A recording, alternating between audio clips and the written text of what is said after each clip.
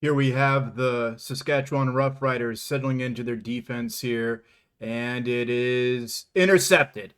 On the run back, he's going. He has got a couple blockers. Oh, that one could have gotten him, but just couldn't see it. Touchdown! This looks like a lopsided game, but I'm not so sure that it will be. This game is critical for both the Rough Riders and the Argonauts, despite having reflective records of 2-0 for the Saskatchewan team and 0-2 for Toronto. Can the Rough Riders pull it together in this week 3 to finally solidify just a team that can do more than hold off an opponent at the end, but can just keep that foot on the neck and then twist instead of just having 21 points of the opposing team almost overwhelm them. Well, 21 is probably an exaggeration, but it feels like their fourth quarters are particularly weak. And I don't know if that's due to a lack of conditioning. I can't tell you because that defense looks really good up until that fourth quarter. That offense looks really good until that fourth quarter. While the offense is still functional, mostly, I would say. However, it's the defense that seems to fall apart. While the Argonauts, they're 0-2. I think that they're a pretty good team. They're the defending Grey Cup champions. I want to see what that next up quarterback, their starter from the prior season that was out for that Grey Cup.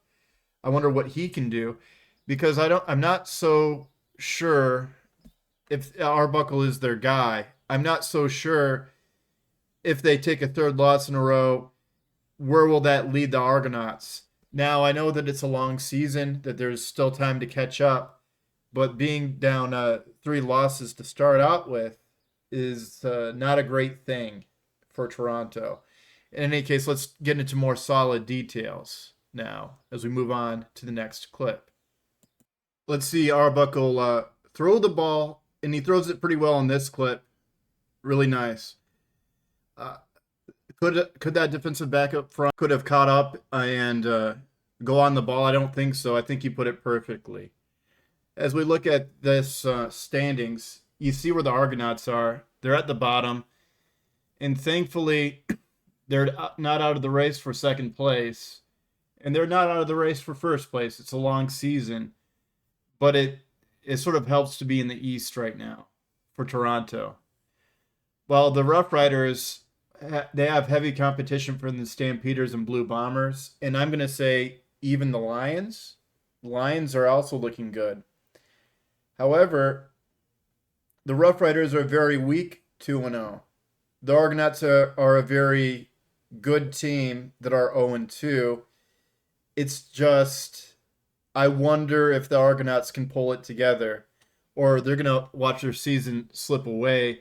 While the Rough Riders have the benefit of being 2-0, it just seems to be that the Rough Riders could fall apart at any second, that they're just eking out wins when they could be dominating those wins heading into the fourth quarter.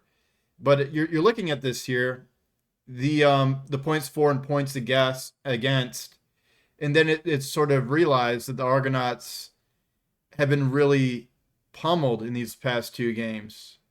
The Rough Riders are barely eking out wins. It's just has to come to a head where one of these teams, either the Rough Riders are going to form up into the team that we know that they can be, or are the Argonauts going to go back to form, the kind of form that won them a Grey Cup?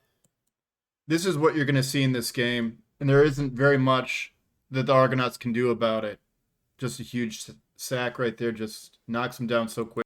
Now it's time to get into the meat of the discussion as it pertains to Toronto.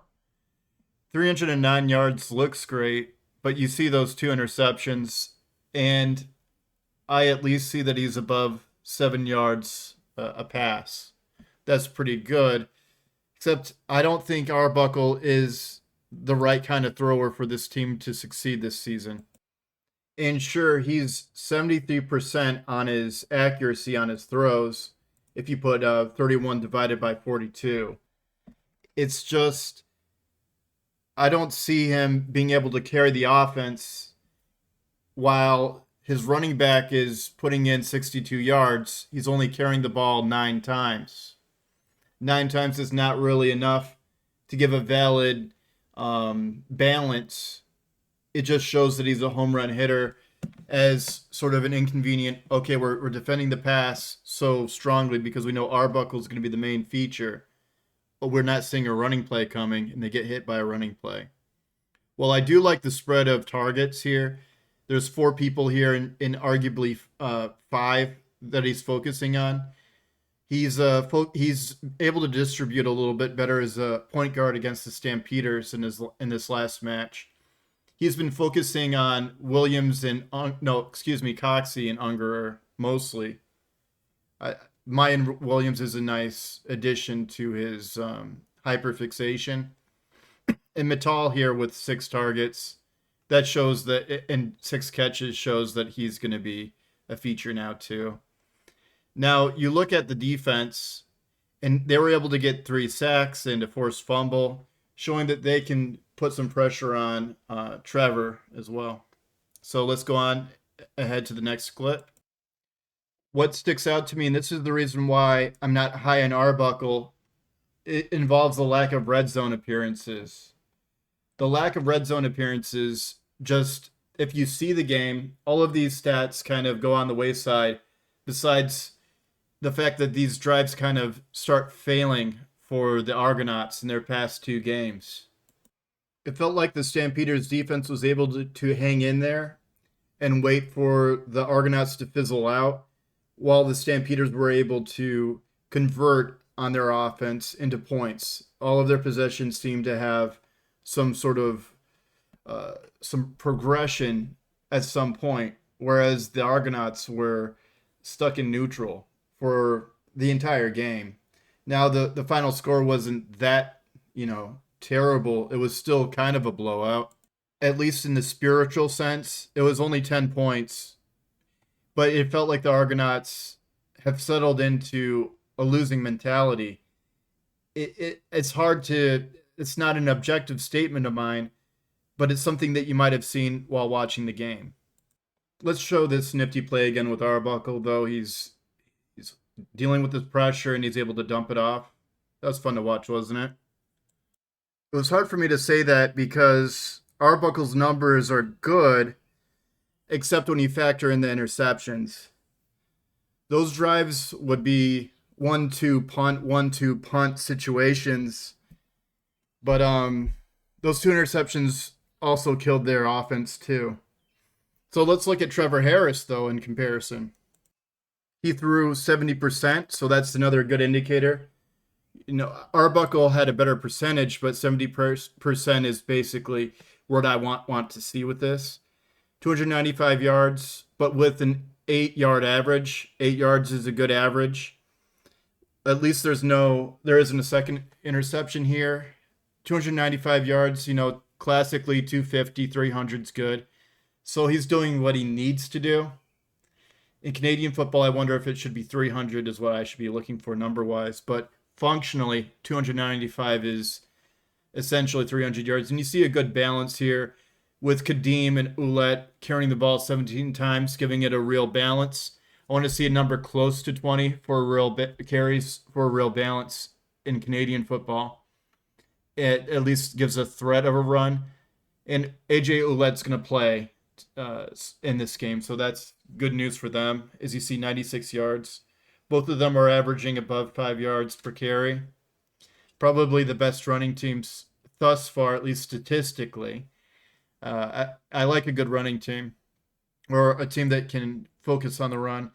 And you have 4 to possibly make an argument for a 5th receiver being in the mix. But there seems to be a hyperfixation on Keyshawn Johnson and Samuel Amilis. I'm sort of less in a mind to penalize that in this instance with Trevor Harris. Keyshawn Johnson is just someone who's able to locate the ball and catch in areas that other wide receivers might have trouble with. He's not the Keyshawn Johnson of the Jets. He's the Keyshawn Johnson of the North right here. And on defense, they're going to pressure Arbuckle. Arbuckle's already kind of flighty, has been fluttering. I don't know if he's going to be as good as he was last season or in the last few games. But you see 2 sacks here, an interception. I'm going to assume that there's going to be more pressures in this game that lead to tackles for loss and sacks. Well, I think their interceptions are going to keep up to pace. There's going to be a lot of pass deflections. I think that the Roughnecks are really good on defense. It just is it's very confusing why the fourth quarter is such a challenge for them. I like that Trevor Harris is able to convert in the fourth quarter because if not, the defense might lose them games. And this is against a good team that has been on a downswing. I want to see. It's hard to call this game, honestly. So we'll move along, though, shall we? Let's see why he likes Keyshawn so much. Able to locate the ball, and he's able to improvise a run right here. Very tall, very big frame right there for him. We'll see that the Tiger Cats were able to move the ball more with the pass, even though Trevor Harris is such a well-respected passer. You see the rushing yards, though, is really what pounded in the paint there. I still think 295 yards is good enough. Functionally, is he converting? He's converting. Is he throwing above 70%? Is he moving the chains? That's what I worry about with Trevor. While if you look at this, the Tiger Cats are on the upswing themselves. It's very lucky that the Rough Riders were able to pile on the points early and then hold them off in the end with Trevor Harris, being able to convert on those downs and score late. That seems to be, long story short, it's what I've been saying the whole time. They were falling apart near the end, but Trevor Harris kept them with a good cushion. Moving on. Here, this is how the first 2 games have been. It's just that there's potential and there was missed potential. Ultimately, it's my belief that I don't have a good reason for the Rough Riders not to win. This means you should not bet on this game. I don't like the idea of gambling, but you definitely should just hold off on this one. The Saskatchewan Riders are favored by 3.5. They have to score at least 4 points for you to win the spread if you pick them as the favorite. While that means that if the Argonauts get within that range, they're able to you'll lose that bet. And it's my assumption that it's going to be a close game. If you really need to gamble this game, go the money line and just pick them and say you're going to pick the Rough Riders for less of a payout. Even then, I'm wary on this. I could give you a neutral decision and say, don't bet on this at all. And that's probably the best advice. But it's especially the best advice in this matchup between the Rough Riders and the Argonauts. I would say that the Argonauts have a chance to win with the point spread despite losing, but the Rough Riders will win the game ultimately in the money line and in actuality. I don't have a pulling interest really. I think Toronto's a fine enough town, but I don't think that they're ready to win just yet. I want to see that their future starter get healthy again and see what they can do down the line this season. Anyways, thank you for watching. Bye for now.